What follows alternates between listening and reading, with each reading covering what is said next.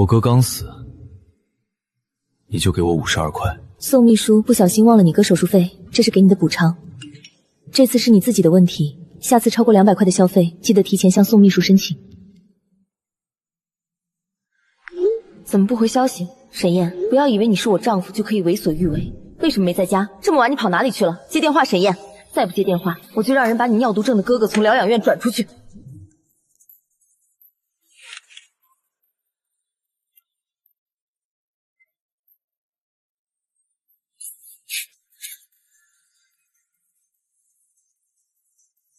沈先生，您的检查结果提示早期胃癌，请尽快到院复诊。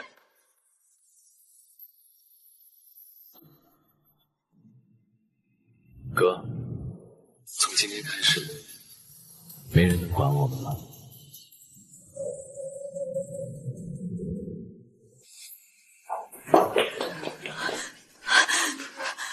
这床的病人呢？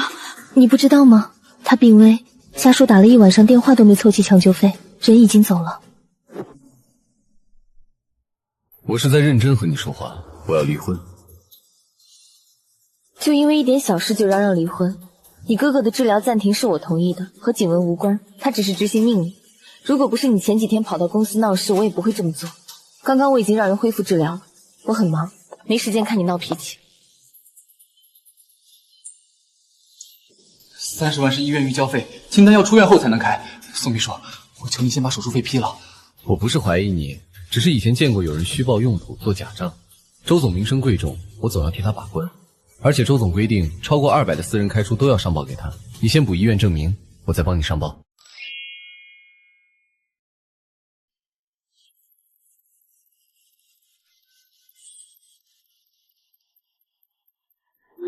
再陪景文逛街，很忙。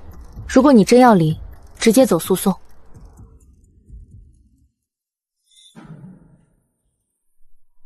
阿言，我不治了。哥，你别说这种话。情况不太乐观，不能再拖了。后续治疗费用你要尽快准备。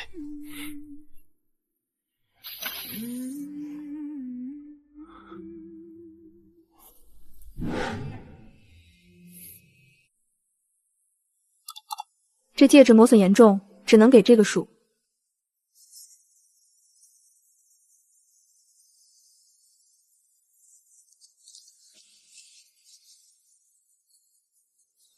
周总说，男人就该玩点像样的，非要送我这辆。原来我哥的命抵不过随手送出的豪车偏爱。沈先生，周总让我来确认一下，你哥哥现在还有没有继续治疗的必要？毕竟钱要花在值得的人身上，这笔费用我得重新评估。景文只是按我的意思办事，你有不满可以直接跟我说。他玩赛车不用审批，我哥哥救命却要审批。他花的是我愿意给的，你要的是我名下的支出，性质不一样。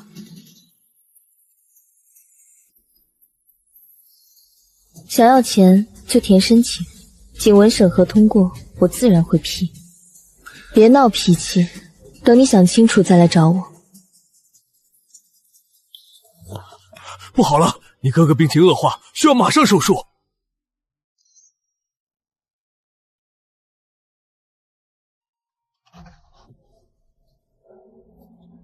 虽然暂时稳住了，但后续药不能停，他现在的身体经不起再折腾。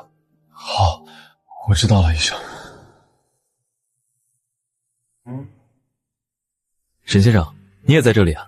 周总说我最近整理资料辛苦，带我出来吃个便饭，都是工作需要，你千万别误会。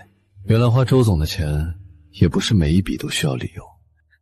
沈燕，你别阴阳怪气。这段时间景文工作完成的很好，我作为老板请他吃顿饭，有问题？没问题，毕竟他替你把我的申请卡得那么听话，是该奖励。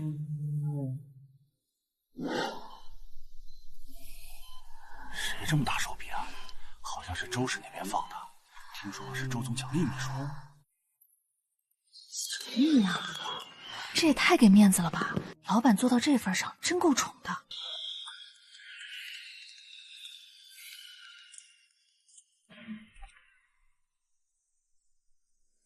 谢谢周总送的表，今晚是只属于我的烟花。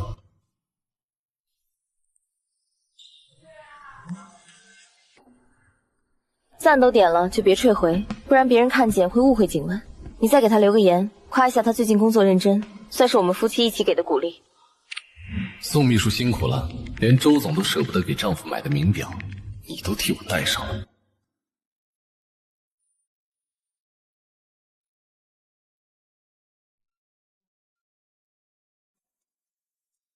沈哥，我真的不知道那块表你也喜欢，我只是觉得周总一番心意，不说不太好。你这样评论，大家以后会怎么看我？沈燕，你知不知道公司里已经有很多人误会他？你发这种话，以后让他怎么做人？那说明你们公司里也不全是傻子。你什么时候变得这么尖酸？景文靠能力走到今天不容易，你不工作靠我养着，还要羞辱一个认真做事的人。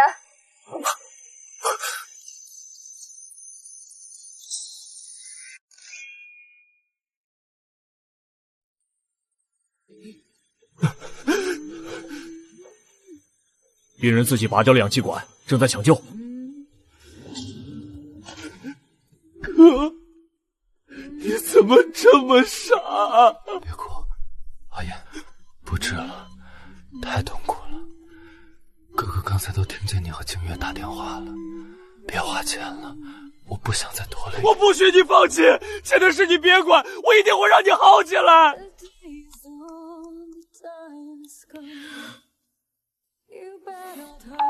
沈哥又要钱，刚才你在朋友圈羞辱我的时候，怎么没想过现在？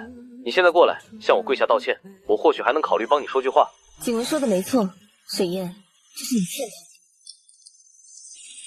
他的。沈先生，你怎么了？快准备急救用品，立刻监测生命体征。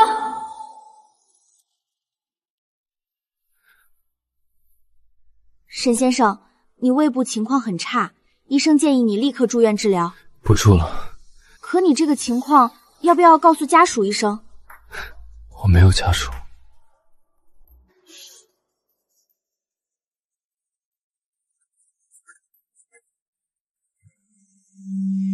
沈燕，我已经等了你5个小时，你再不过来，你哥哥的治疗费就按流程驳回。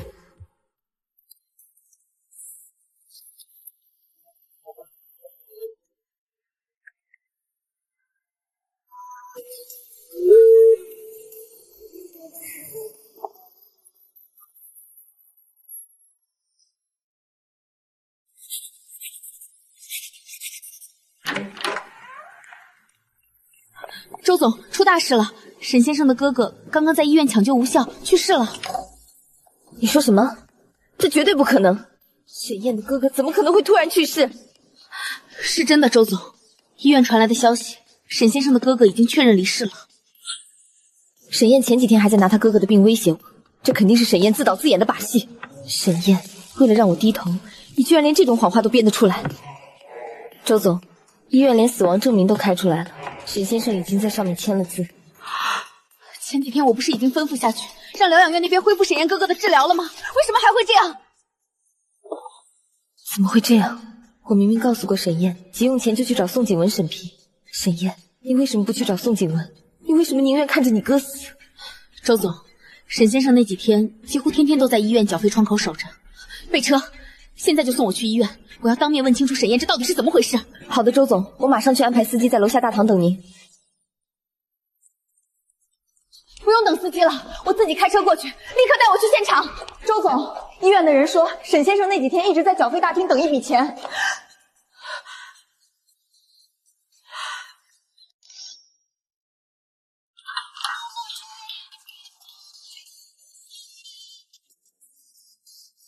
人呢？沈燕的哥哥明明就住在这里，他人去哪里了？这里空了。沈燕，你把你哥哥藏到哪里去了？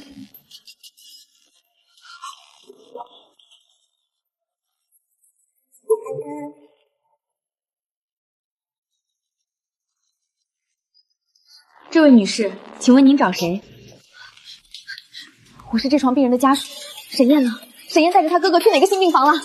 病人已经抢救无效离世了，遗体也已经送走，没有什么新病房。不可能！他哥哥虽然病重，但前几天明明还好好的，怎么说没就没了？病人错过了最关键的肾源匹配手术，身体早就撑不住了，这能怪谁？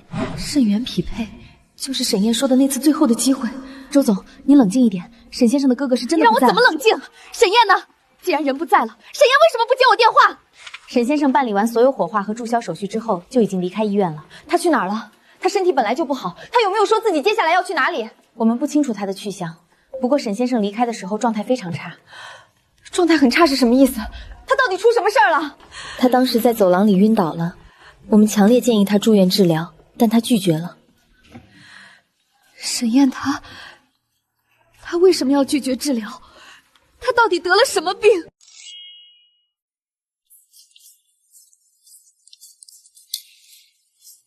把沈燕哥哥的病历档案调出来，还有，我要查沈燕这几天的出入登记记录。不好意思，女士，病人的病历和家属登记属于个人隐私，我们不能随便提供。我是沈燕的合法妻子，我现在怀疑沈燕失踪了，我必须立刻看到沈燕这几天的记录。非常抱歉，根据我们医院的规定，家属调取病历也需要走正规的审批流程，请您先去医务科提交申请。流程？申请？沈燕现在人都找不到了，你们居然还要我在这里等流程？为什么连查个信息都要流程？这该死的流程到底要卡我到什么时候？护士小姐，我们周总真的很急，能不能麻烦您帮我们通融一下？这是医院的硬性规矩，任何人都必须按照规矩走完所有审批程序。而且，既然您自称是沈先生的妻子，那他哥哥这几天在医院抢救危在旦夕的时候，您在哪儿？他哥哥病危需要家属签字，被推入手术室抢救，甚至到最后送去火化的时候，都只有沈先生一个人撑着。沈先生自己胃出血晕倒在走廊的时候，身边连个倒水的人都没有。您这个妻子当的可真称职。我不知道他哥哥没撑住，我不知道沈燕也病了，我真的不知道。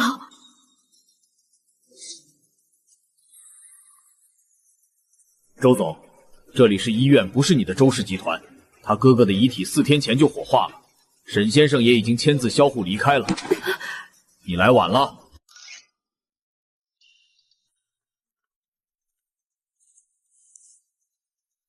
周总，这是通过公司审批系统和催缴记录整理出来的相关资料。这些就是沈燕之前提交上来的所有关于他哥哥的费用申请。是的，系统记录显示，沈先生的哥哥在住院期间确实多次因为欠费被催缴。原来沈燕那时候没有骗我，他哥哥真的随时都有生命危险。这是沈先生最后一次补缴药费的凭证，全部是用现金在窗口缴纳的。据说他当时在医院四处找人借钱，才凑齐了这笔数额。他一向那么骄傲的人，居然要去求人借钱。沈燕，你当时该有多绝望，才会卑微的在医院到处求人借钱。沈先生在审批系统里早就提交了全套的证明材料，包括医院的预缴费催款单。真该死！我当时为什么会觉得他是在无理取闹，觉得他在逼我低头？周总，您看这张，这是沈先生在哥哥病危前5天提交的30万手术费申请，资料不全，暂缓审批，这怎么可能？沈燕明明把所有材料都补齐了。这张申请表在系统里被手动退回了2次，最终被搁置了。宋景文，这个字迹是宋景文的，是他把沈燕的申请给扣下的。你竟然敢背着我做出这种事，这是在要沈燕哥哥的命！周总，这份手术费申请的状态到现在依然是暂缓审批。宋景文，他怎么敢？周总，其实刚才跟这些系统资料一起送达的，还有这份加急同城快递，指名道姓要您亲自拆封。寄件人是沈燕，她终于肯联系我了，快把剪刀给我！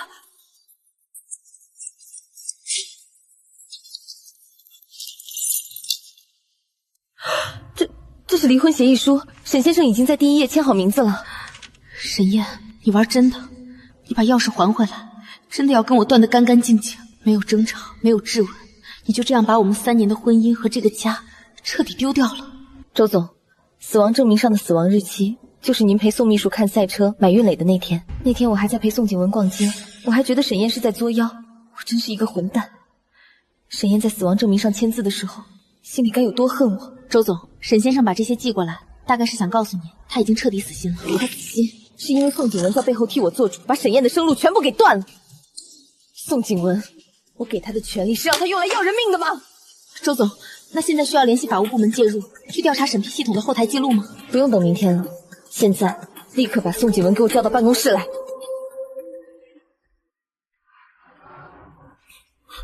周总，我真的只是一时糊涂看漏了材料，您饶了我这一次吧。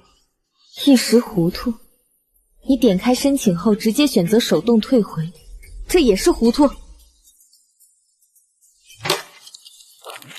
宋秘书，这是你这3年来所有的异常报销单据，里面涉及金额高达数百万，每一笔都有你的电子签名。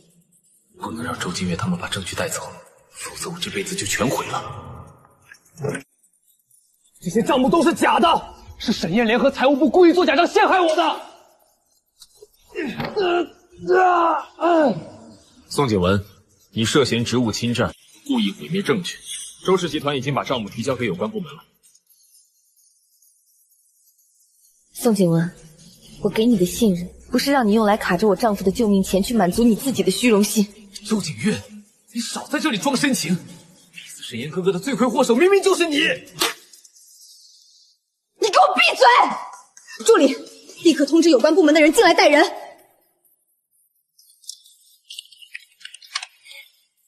你好，这里是周氏集团总裁办，我们需要配合调查一起职务侵占案，嫌疑人已被控制。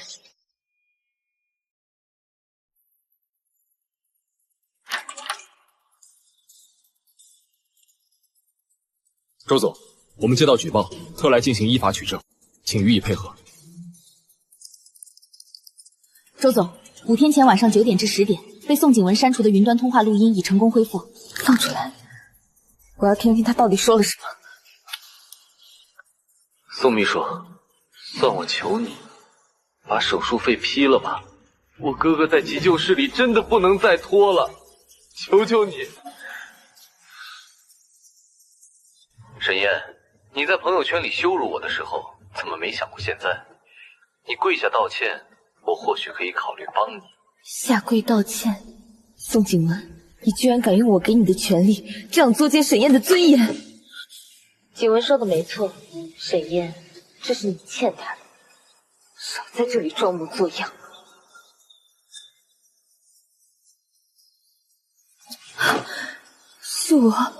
是我自己，是我亲手说出那些话，掐断了他哥哥最后的生路。宋景文，你涉嫌职务侵占等多项违规违法，现在依法对你进行传唤，跟我们走吧。周景月，就算我坐牢，你也是害死沈岩哥哥的真凶，他这辈子都不会原谅你！哈哈哈哈！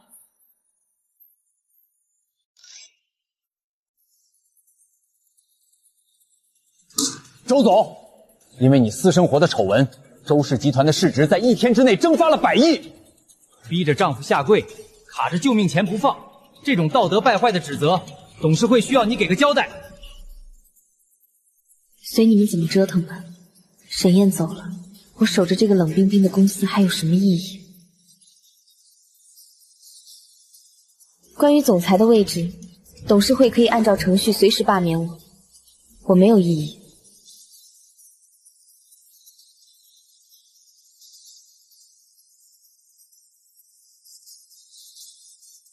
周景月，你这是什么态度？这是在置整个集团的利益于不顾。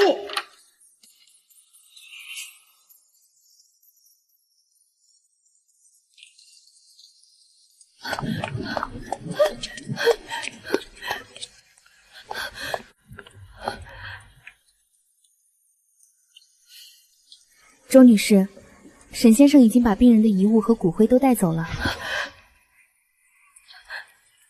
那沈燕呢？她有没有留下她的新地址或者联系方式？没有。沈先生结账的时候都很平静，沈先生只说以后再也不会来这里了。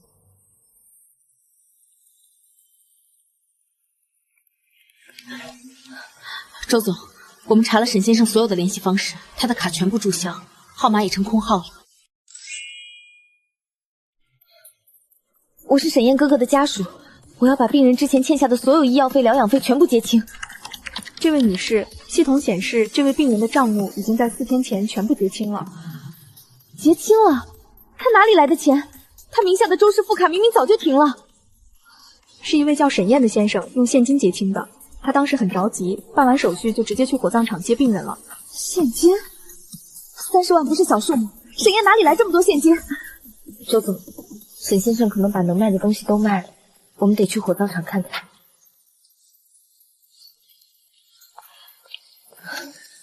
大姐，请问4天前是不是有一个叫沈燕的年轻人来这里送他哥哥火化？确实有这么个小伙子，我印象太深了。那天雨下的比今天还大，就他一个人来。那他现在人呢？他把骨灰带到哪里去了？早就带走了。小伙子自己身体就病恹恹的，一直不停的咳嗽，脸色白得像纸一样，连个帮忙的亲友都没有。他自己一个人抱着骨灰盒，在大雨里深一脚浅一脚的走了，看着真让人揪心。沈燕，你生着病一个人送走了哥哥，那时候我却在纵容宋景元胡闹。周总，我刚刚查了系统，沈先生在本市的所有实名信用卡、周氏副卡全无记录，他连最后一张公交卡都退了。退了公交卡，他这是要彻底离开这里，他能去哪儿？先回家吧，周总，说不定沈燕会回家拿行李呢。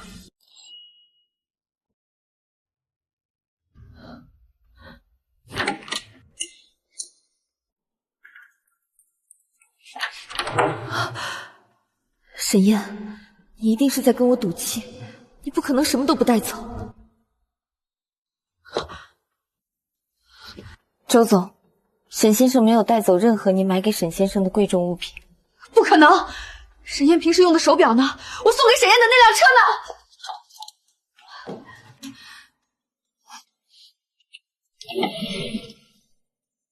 沈燕，你竟然把这些东西分得这么清楚，你是要和我两清吗？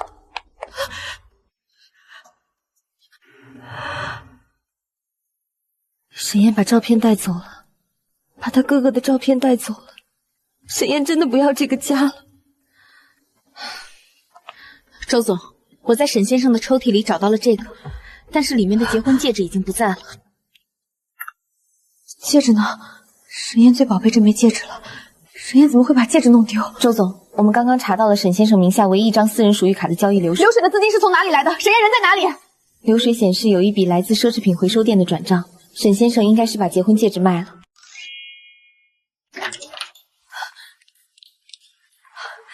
这位女士，请问您是需要做奢侈品回收，还是挑选首饰？5天前，是不是有一个叫沈燕的男人来你们这里卖过一枚男款钻戒？啊，我想起来了，确实有这么一位先生，那枚戒指的设计很特别。沈燕，你居然真的把我们的结婚戒指当成废铁一样卖掉！那枚戒指现在在哪里？我要把它买回来，立刻，不管多少钱。不好意思，女士，那枚戒指我们已经按照规定在2天前熔掉做材料处理了。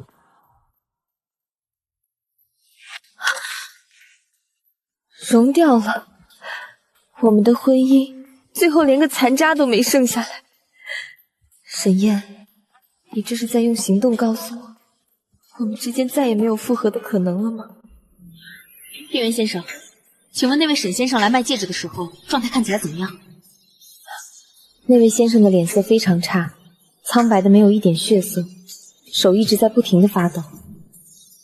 他甚至连价格都没怎么谈，只求我们能立刻给他现金。他拿到钱之后，一边往外走一边打电话，好像是去给医院缴费，而且他还向我打听了去外地的机票。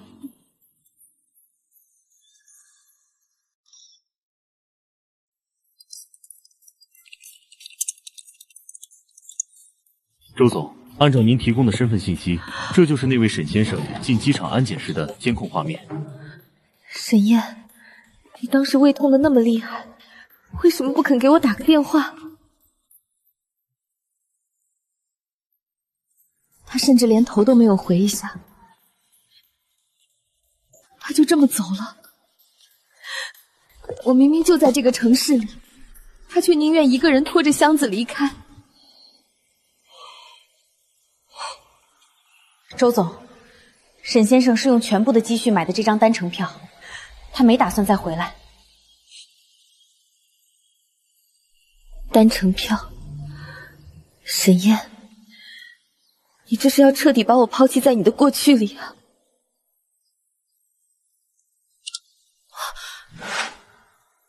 等等，值班员先生，麻烦把左下角那个候机大厅的监控画面放大。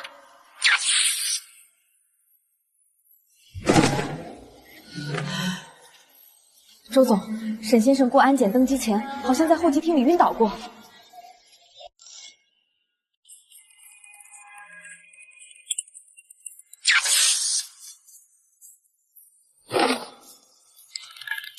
他怎么倒下了？那些人为什么不送他去医院？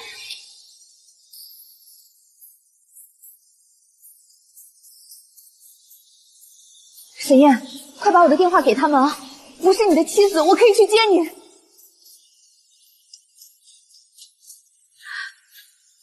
我没有家属，我没有家属。沈燕，你宁愿独自面对生死，也不承认我是你的家人了吗？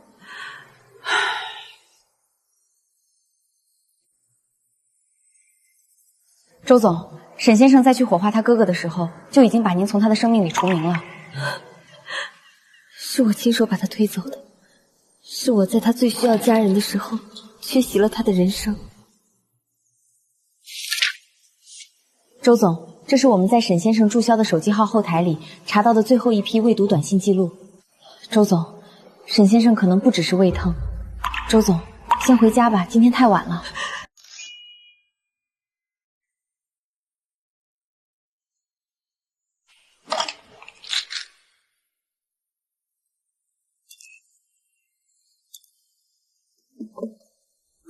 沈燕，开门，该交房租了，别躲在里面装死。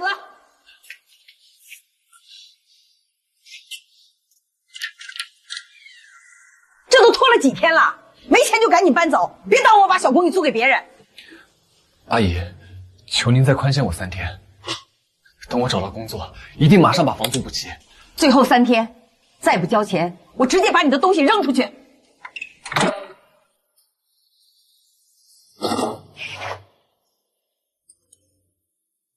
哥，我真的好疼，我是不是很快就能去陪你了？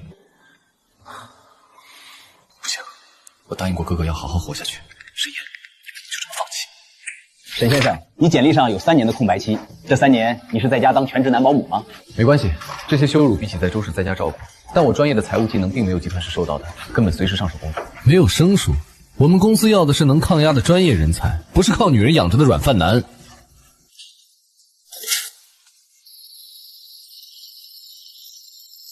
沈燕，没关系的，继续投下一家，你一定可以靠自己活下去。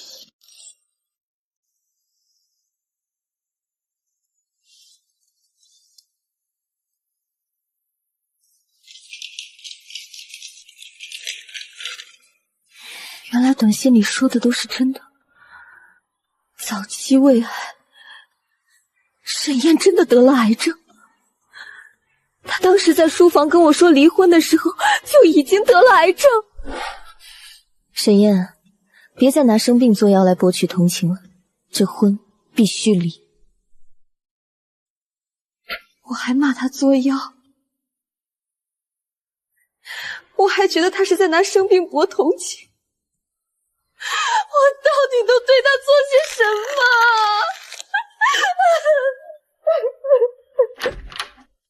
这里就是你的工位了，小伙子，好好证明你自己吧。老板，我会努力的。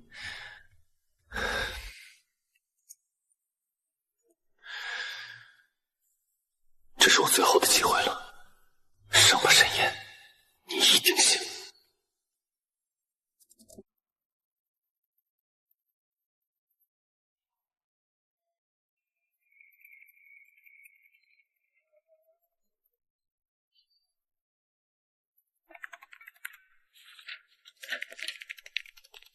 沈燕，你居然只用了1天1夜，就把我们公司堆了半年的乱账全理清了。老板，账目已经全部梳理完毕，顺便帮您追回了2笔重复支付的货款。沈燕，你是个难得的人才。从今天起，你正式入职，工资待遇翻倍，以后公司的财务就交给你了。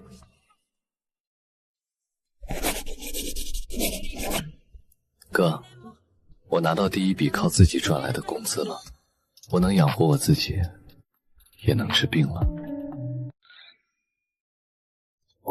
把这些卡里的钱全部往沈燕以前名下的储蓄账户里转，每个账户转3000万。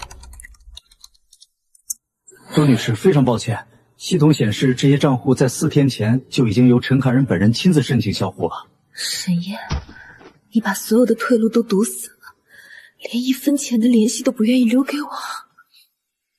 去找沈燕以前在大学和工作时认识的朋友，不管用什么办法，一定要打听到她的消息。周总，您这种大忙人，怎么有空来找我们这些穷光蛋？沈燕在哪儿？我们怎么会知道？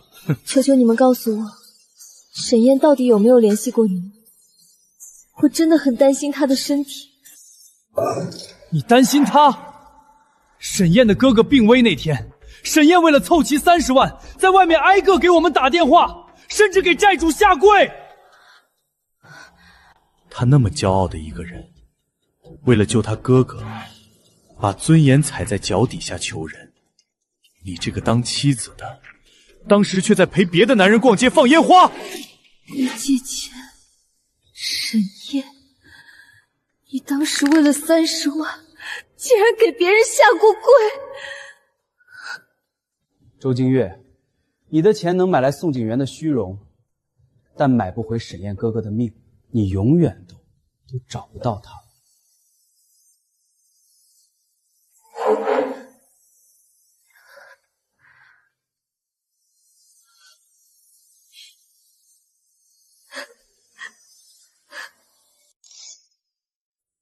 周总，根据您的委托，遗嘱已经起草完毕。如果您遭遇意外或者失踪，您名下的所有动产与不动产将全部信托。把信托基金的受益人写成沈燕，如果找不到沈燕，这笔钱就全部以他哥哥的名字成立专项癌症救助基金。周总，公司那边的董事会还在等您的重组方案，您真的决定把所有股权都委托出去吗？没有了沈燕，守着再多的股权也只是一堆冷冰冰的数字。我只想为他赎罪。随他们去吧。我现在只想找到沈燕，哪怕只是看她一眼。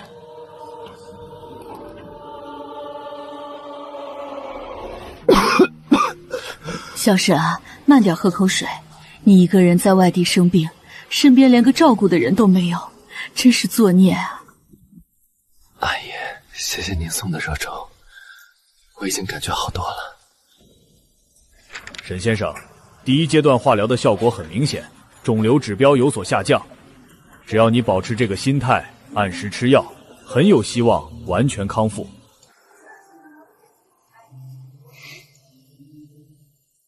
哥，我没有放弃，我身边的朋友和阿姨都对我很好，我会好好活下去的。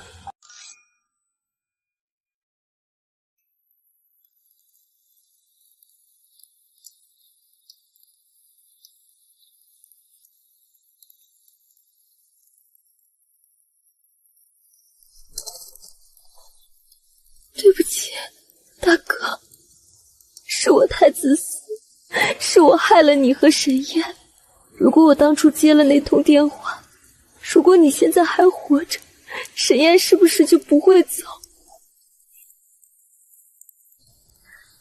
周总，墓地管理员说，沈先生刚走没多久。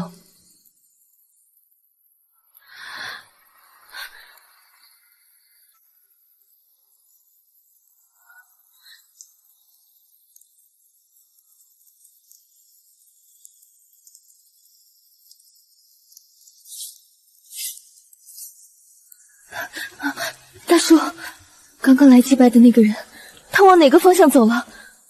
那位先生啊，他在墓碑前坐了整整3个小时，一句话也没说。不过他走的时候看起来很平静，不像前几天来办理下葬时那么绝望了。沈燕，你是在这里彻底把关于我的一切都埋葬了吗？不过那位先生走的时候掉了张便条，我看上面写了字，就给收了起来。沈燕说，他再也不用求着别人生活了。沈先生已经完成了精神告别，他不会再等您的理解了。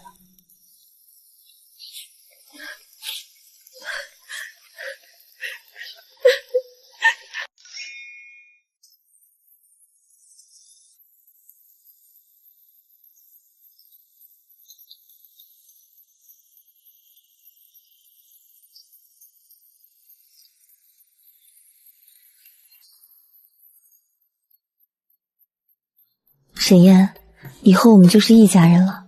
我的家就是你的家。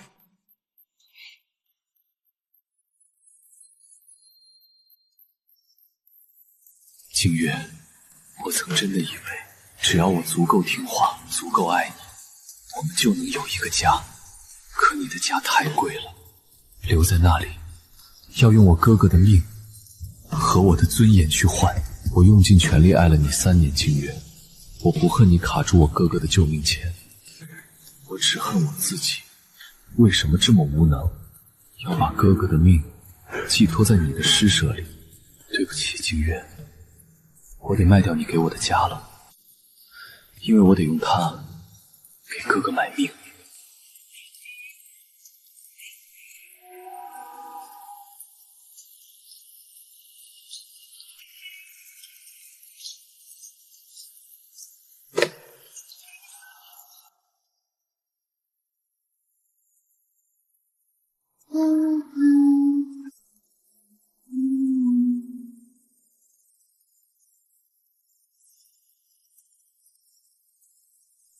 静月，这是我最后一次叫你的名字。那30万终究没能买断我们的余生，它买断了我的希望，也买断了我对你所有的爱。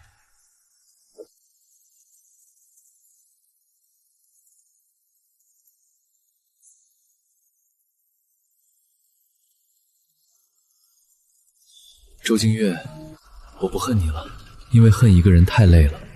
从今以后，我要把爱你的力气拿来努力活下去了。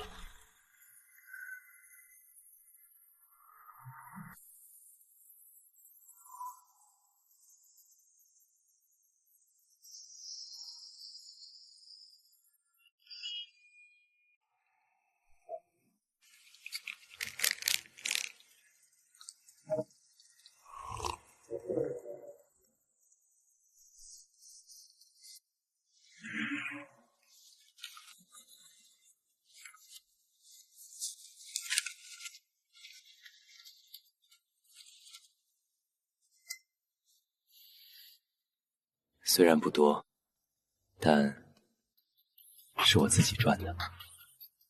哥，我下周就能拿正式合同了。等攒够了钱，我就去墓园给你续交管理费。你等我。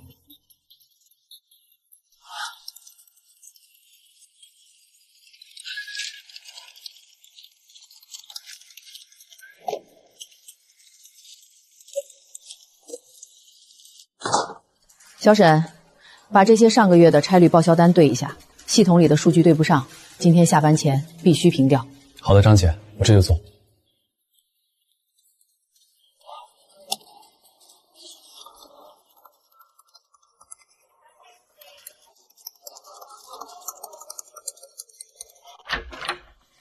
小沈啊，有事儿，我这忙着呢。老板，张姐让我核对的查询账目已经平了。另外，我顺便看了一下我们公司上季度的纳税申报，发现有2笔政策性减免，我们没有申请。我已经把退税申请表填好了，您签个字，下周税局就能把2万块的退费款拨下来。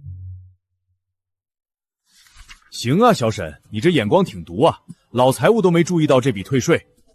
你实习期表现不错，这是正式合同，底薪给你调到6000，外加项目提成，下周开始你就是我们公司的正式主板会计了。这份合同月薪6000，在周金月眼里甚至不够买一瓶红酒，但对于现在的我来说，这是我重新走向社会的入场券，是我挺直脊梁的底气。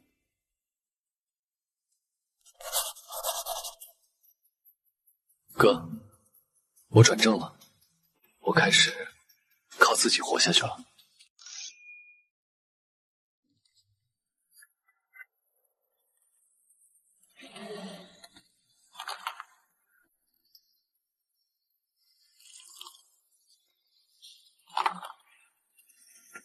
哥，我现在每天都按时吃药，我不会再让你为我担心了。沈燕，上个月你做的那个账目修正案通过审计了，帮公司把那笔漏掉的退税款全额拿回来了。老板，那本就是公司应得的，我只是把漏洞补齐了。你就别谦虚了，鉴于你试用期的优秀表现，我决定将你的工资翻倍，这是你上个月的工资和奖金，你应得的。沈燕，好好干，公司以后少不了你的位置。这是我3年来第一次凭借正正赚来的第一笔钱，不用再写申请，不用再等别人的施舍，这是我沈燕自己赚来的钱。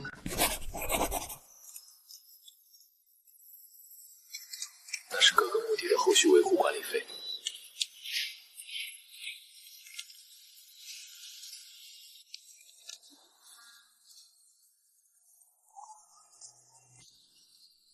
这1年多来，我第一次感觉到了脚踏实地的踏实与自由。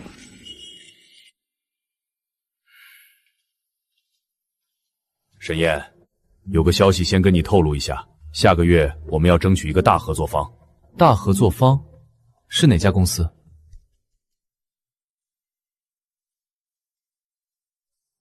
是周氏集团。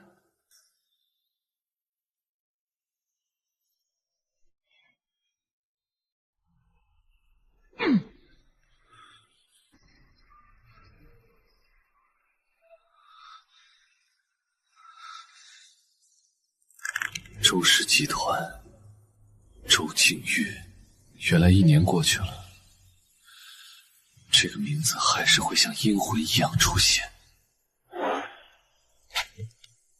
沈燕，你没事吧？我看你脸色有些不对劲儿。我听说周氏集团在业内的名声很大，但合作要求也特别苛刻。如果你觉得压力太大，这个项目的财务预算纠结，我可以去跟老板申请换人，我来做。不用，谢谢你，我没事。沈燕，你现在是一个独立的人，周氏集团对你而言只是一个普通的合作方，你没什么好逃避的。沈燕，周氏集团这次来的对接人员级别很高，听说是他们总裁亲自带队。老板，所有的财务预算和付款节点方案都已经做好了，随时可以开会。好，我就喜欢你这股沉稳的劲儿。那明天就由你来做主报告，周氏代表明天到。沈燕，你主对接。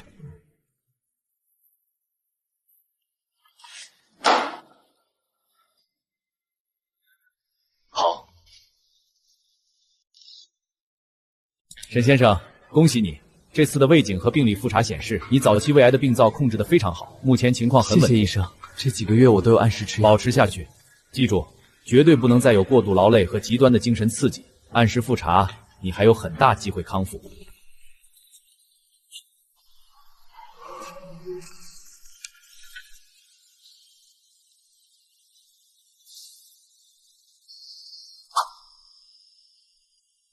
这支录音笔里存着哥哥病重时偷偷录下的话，这1年多来，我一直没有勇气点开它。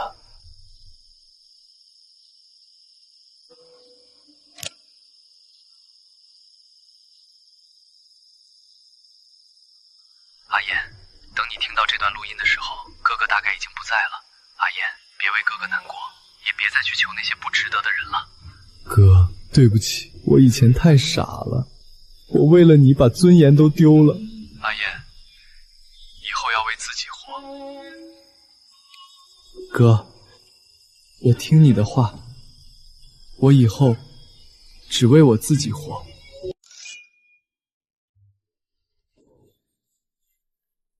1年了，离开周家后，我终于活得像个普通人。今天的项目，我绝不能搞砸。沈燕，你准备的怎么样了？周氏集团的代表团已经进大楼了，老板在会议室里催着你呢。放心，投影设备和数据我都确认过了，没有问题。我听前台说，这次周氏的总裁周京月也亲自过来了，传闻他手腕极狠，要是数据出一点差错，咱们公司就完了。沈燕，你没事吧？脸色怎么有点发白？没事，我们先去做事。周星月，1年不见，终究还是以这种方式重逢了。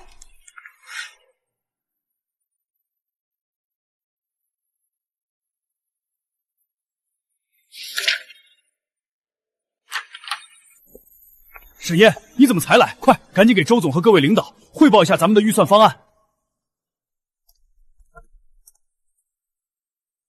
我是本次方案的负责人沈燕。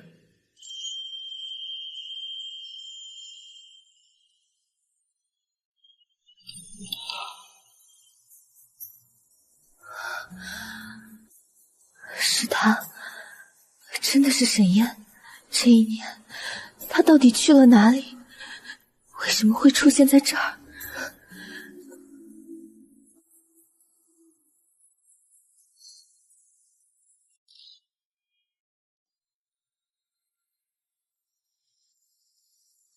周总，您和我们公司的财务对接人认识？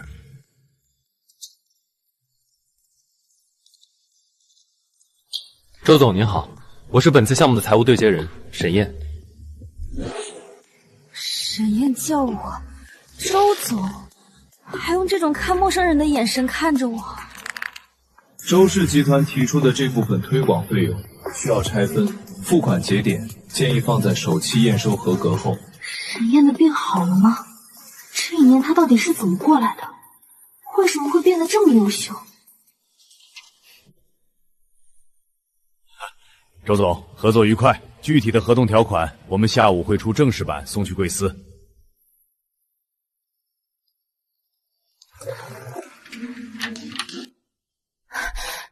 沈燕，这一年我一直在找你。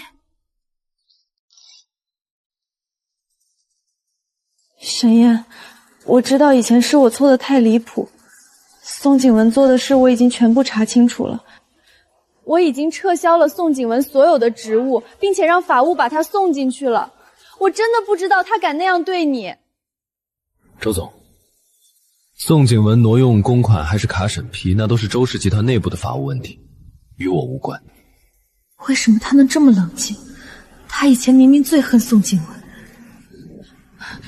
沈燕，我不是在说公事，我这一年多都在找你，我只是想当面跟你说声对不起。周总，现在是下午2点10分，属于我个人的工作时间。如果您对我们公司刚才提出的预算案没有异议，请移步去总经理办公室签字。沈燕，你一定要用这种态度跟我说话吗？我们之间一定要分得这么清吗？沈燕，你跟我回去好不好？你身体不好，我带你去国外找最好的医生检查治疗。周总，我的胃病已经在按时吃药了，不劳您费心。他连自己的病都不愿意让我插手，他是真的要划清界限。那你告诉我，我还能怎么补偿你？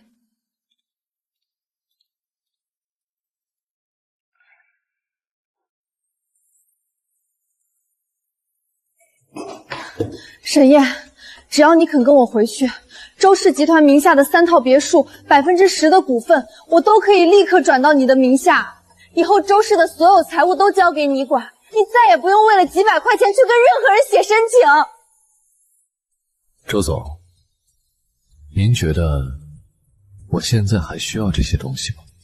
房子、股份、存款，这些你以前为了救你哥拼命想要的东西，为什么不要了？周总，关于周氏集团第2期款项的支付节点，我们公司坚持在阶段验收合格后再付款，这对双方都公平。周总，沈燕的这个方案确实更符合我们公司的风险控制，您看如果没有异议，就可以签字了。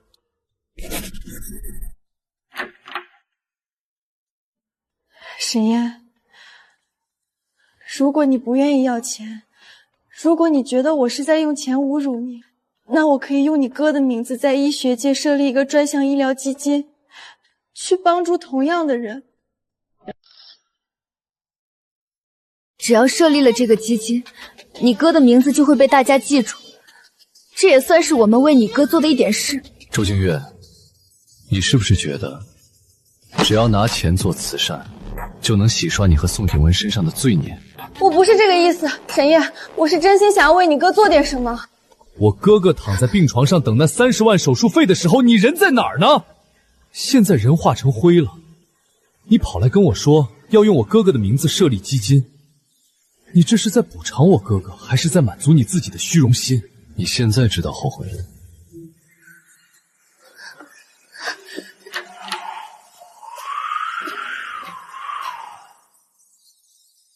30万，我用再多的钱去补救，也换不回那个绝望离开的沈墨。不要以我哥哥的名义去消费我。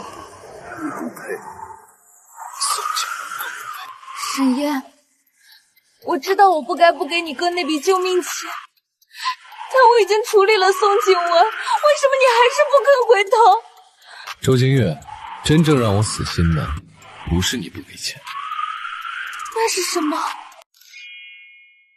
沈烟，你告诉我，到底是什么让你连看我一眼都觉得脏？是你让我去找宋景言审批。找宋景文审批？我当初只是为了公司的财务合规，我只是想让宋景文帮着把关，怎么会变成这样？我是你的丈夫，可我每一次为了保住我哥哥的命，都要把我所有的尊严像垃圾一样摊在你的男秘书面前。我要向宋景言解释钱用在什么地方，我要向宋景言补各种各样的证明，我甚至还要等他宋景言心情好，他才施舍般的帮我上报。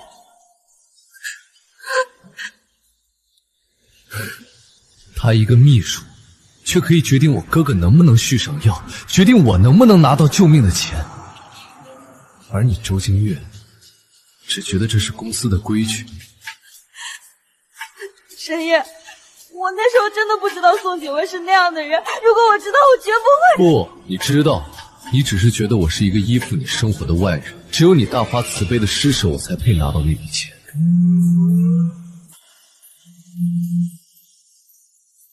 你好，我是沈烨。好，我知道了，时间我记下了，谢谢法官。法院的电话，离婚案的开庭时间定了。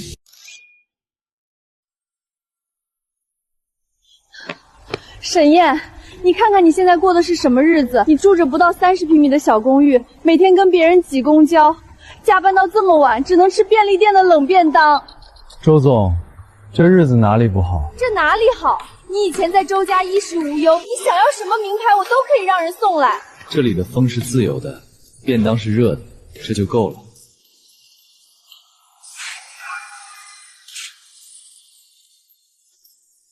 沈烨，难道你真的要彻底把我从你的生活里丢掉吗？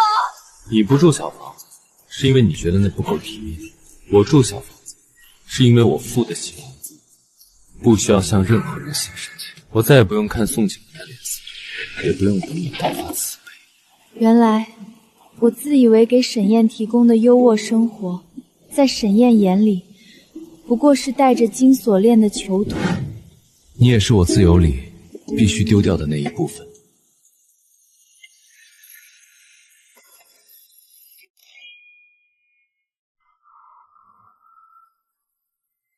沈烨真的来了，他现在就这么迫不及待的想要离开我吗？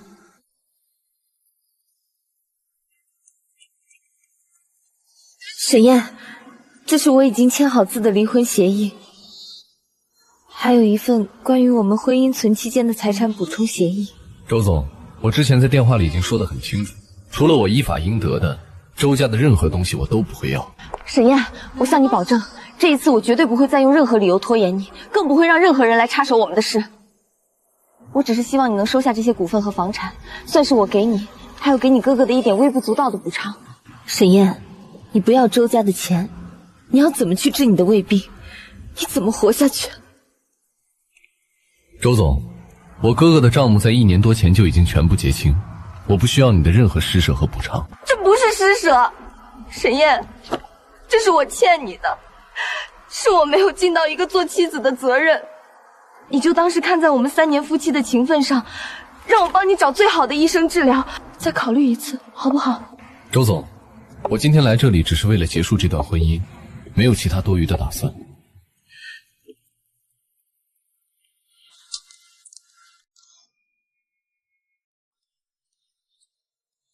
原告沈烨因夫妻感情破裂起诉离婚。被告周京月对起诉状的内容有什么异议吗？法官，我没有任何异议。起诉书里写的每一件事，全部都是事实。周总，根据法律程序，我们还可以就沈燕先生提出的财产要求进行进一步的协商。是我以前太自私，把沈燕对我的忍让和付出全都当成了理所当然，是我把沈燕的自尊和难堪交给我身边的秘书去肆意审判。沈燕，我当着法官的面承认我的罪行，你能不能看我一眼，哪怕只是恨我？既然被告承认了婚姻存续期间的过错，那么按照程序，我需要询问原告的意见。原告沈燕先生，鉴于被告周京月女士有明显的悔改意愿，你是否愿意接受本院的庭前调解？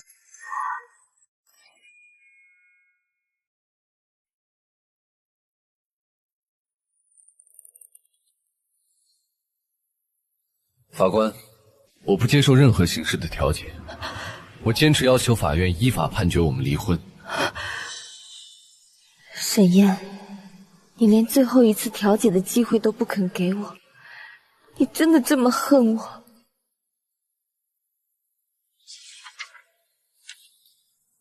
关于财产部分，原告表示只要求依法分割，属于原告的夫妻共同财产，被告是否同意？法官，我方被告愿意主动让出周氏集团5%的股权，以及位于市中心的2套房产，作为给原告的补偿。律师先生，我之前已经强调过了，那些是周总婚前或者周氏集团的资产，与我无关，我1分钱都不会要。沈燕，你非要和我分得这么清吗？那些财产可以让你安心治病，让你过得更好。周京月，我们从一开始就应该分得这么清。如果双方没有异议，请在离婚确认书上签字，本案即刻生效。沈燕，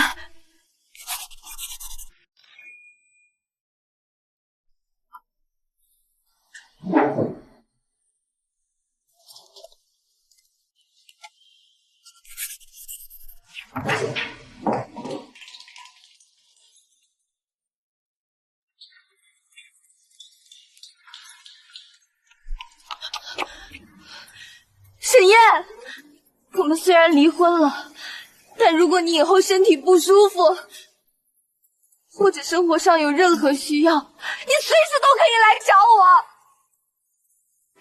只要你开口，我随时都会帮你。求你不要像个陌生人一样躲着我，好不好？周京月，我已经有了自己的工作和生活，我再也不需要向任何人申请生存的权利了。周京月，谢谢你的好意，但真的不用了。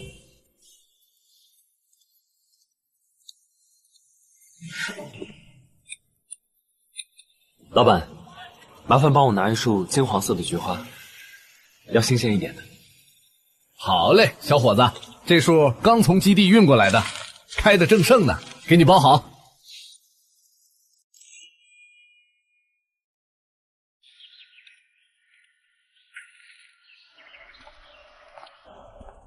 小伙子，又来看你哥哥呀？今天看你的精神状态比上个月好多了。大叔，我的病已经快好了，今天来是跟我哥说个好消息。那就好，人活一辈子，身体健康比什么都强。那你慢慢聊，我去前面打扫了。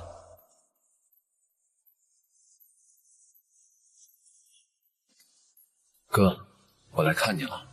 这1年多我过得很好，我有工作，也有朋友，胃病也控制住了。哥，我今天跟周京月去法院把婚彻底离了。从今天开始，我和周家没有任何关系了。周家的那些房产和股权，我1分都没有要。我不想用我剩下的人生去换周家的施舍。哥，以后我再也不用看宋景文的脸色去求药了，也再也没有人能拿你的名字和你的治疗费来逼着我写那些难看的申请表了。哥，你听到了吗？我把那些金锁链全部砸碎了，我现在是完全自由的。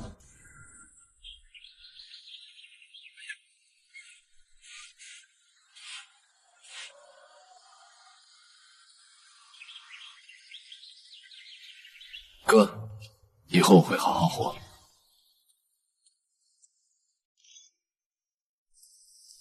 周总，这是法务部刚刚做好的股权信托托管书，以及您个人名下资产的清算表，都签好了。从明天开始，周氏集团所有的日常决策权全部移交给职业经理人团队，董事会那边让他们别再来烦我。周总，您真的要完全放手？这可是您辛苦守了近10年的家业，一旦您退居幕后，董事会那帮老狐狸恐怕会……没有了沈燕，守着再多的股份和空荡荡的大楼，不过是给自己造了一座更加奢华的坟墓罢了。随他们去吧。这1年多，我用规则和权力逼得沈燕无家可归，现在我该把这些冰冷的东西都还回去了。周总，你也该好好休息一下了。那这套别墅，把这套别墅也封存了吧。这里留下了太多他痛苦的痕迹，我想去住他曾经住过的那些地方，看看他到底是怎么熬过来的。沈燕，大喜事儿啊！咱们公司因为周氏这个项目的预算控制的极其完美，在行业里一炮而红了。是啊，沈燕，昨天行业协会的会长还亲自打电话来夸你呢。沈燕，你现在可是咱们公司的金字招牌了，老板是不是得给咱们工程涨工资啊？都是大家一起加班的功劳，我只是做了我分内的事儿。沈燕，这是总部在沿海特区深圳设立的独立合伙人事务所发来的调令，他们点名要你过去担任高级合伙人，负责大湾区所有的信托审计业务。哥，你看到了吗？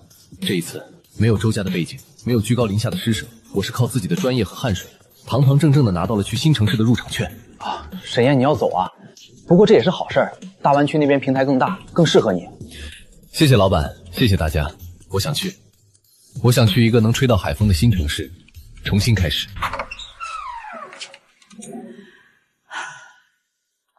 30块钱的便当，40平米的单身公寓，沈燕，这就是你当时宁死也要逃回来的世界吗？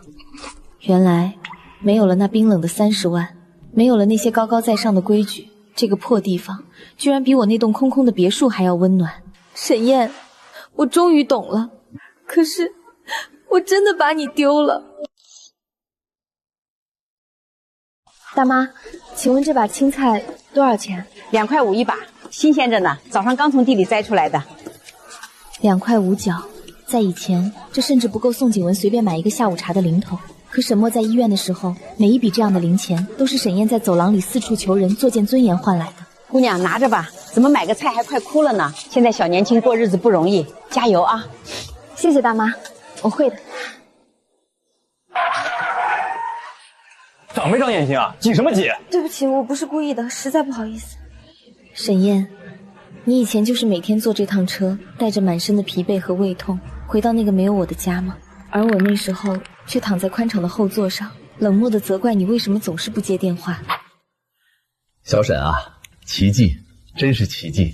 你体内所有的癌细胞活性指标已经连续6个月在安全线以下了。医生，这代表你已经完全跨过了临床治愈的第1道大关。只要你以后保持现在这种规律的生活，按时吃饭，少受精神刺激，你就能像个完全健康的人一样，活到长命100岁。谢谢您，医生，谢谢您给了我第2次生命。不，孩子，是你自己没有放弃自己。哥，我好了，我彻底好了，我可以带着你的那份健健康康的去新的城市，看更大、更美的风景了。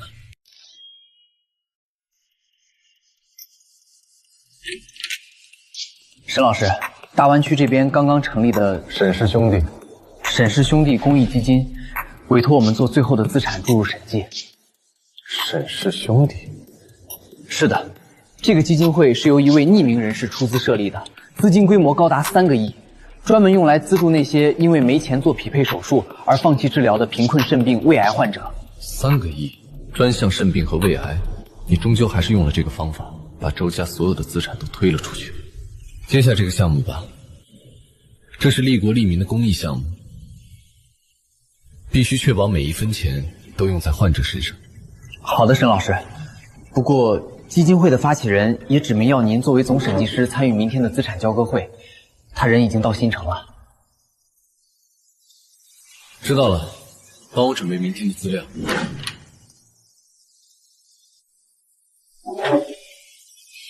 沈审计师，好久不见。周女士，您好，我们开始吧。周氏资产信托注入的流程没有法律漏洞。沈燕，你真的站在了属于你自己的光芒里。但这300万的预留保障金，建议直接划入重症监护专用账户，避免被行政费用蚕食。你再也不用卑微的向任何人妥协，你现在是主宰自己命运的强者。这个基金会成立后，已经有5个像你哥哥那样情况的患者拿到了全额手术补助。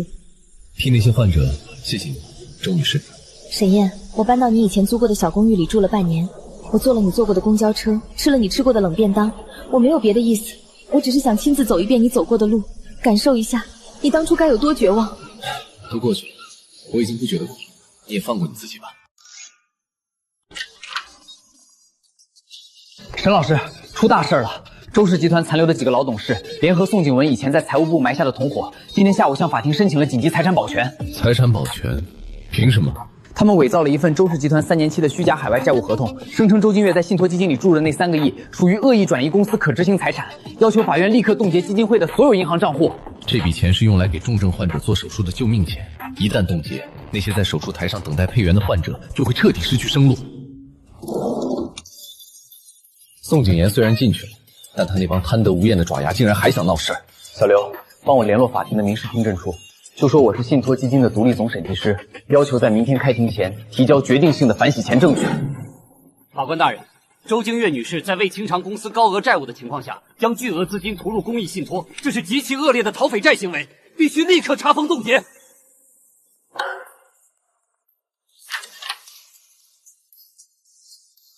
法官大人，我作为该信托基金的第三方独立审计师，代表信托权益人提交最新最完整的审计报告。对方律师所持的所谓海外债务，其底层资金在3年前就已经通过宋景文的虚假报销通道，流回了周氏集团这几位董事的个人海外账户。这是一起典型的利用虚假关联交易企图侵占公益资产的金融欺诈案，他们涉嫌职务侵占和伪造国家公文。原告提供的证据链极不合法，驳回冻结申请。被告方提交的穿透审计报告有效，本庭将把该线索直接移交经侦部门进行刑事立案。沈燕，谢谢你，如果不是你，那个基金会今天就全毁了。我不是为了你，我是为了那些和哥哥一样需要这笔钱活下去的普通人。周金月，你用这笔钱救了别人，而我也用我的专业保护了他们，我们都对得起我哥哥了。是的，我们都对得起他了。我已经跟信托银行签署了终身放弃受益权声明，从明天起，我将彻底离开这座城市。打算去哪里？去西南大山里，那里有一所信托基金资助的希望小学，我申请了去那里当支教老师，教孩子们读书，顺便帮他们整理简陋的图书室。周金月，你终于从那个金钱堆砌的王座上走了下来。当你可以真正平视这个世界的时候，你才真正获得了救赎。那里的空气很好，很适合你。去过一种简单、没有规矩限制的生活吧。那是我和哥哥唯一的一张合影。这是我在搬离小公寓的时候带上的。这1年，我每天都看着它，向哥哥忏悔。现在，我觉得我没资格拥有它了，还是还给你。不，周金月，既然你已经决定去大山里开始新生活，这张照片你就留着吧，带着哥哥的笑去照亮那些山里孩子的路。我相信，如果哥哥还在，他也一定会支持你这么做的。沈燕，谢谢你，谢谢。沈燕，这辈子是我对不起你，下辈子别再遇见我了，一定要健健康康、平平安安的过一生。周金月，我不恨你了，祝你在大山里找到真正的自由。哥，我们都解脱了，我们都在自己的轨道上好好的活下去了。小沈，今天状态不错啊，等会儿跑完一起去喝椰子水。